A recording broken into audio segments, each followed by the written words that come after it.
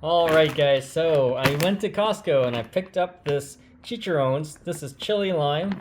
I just saw this and it was actually kind of neat. I've never seen this flavor. This company that makes it was kind of neat. So these are gluten-free, as you can see. This is mild flavor. There's the gluten-free part there, and they even say that they used without antibiotics, all that type of stuff. And yeah, let's open this up and do a quick taste test. Alright, so here we go. That's what they look like, guys.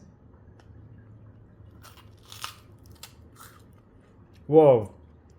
These are really good. They have so much lime and flavor to it. Whoa. Think of it like a pork rind with lots of lime flavor, and yeah, it's got a kick to it.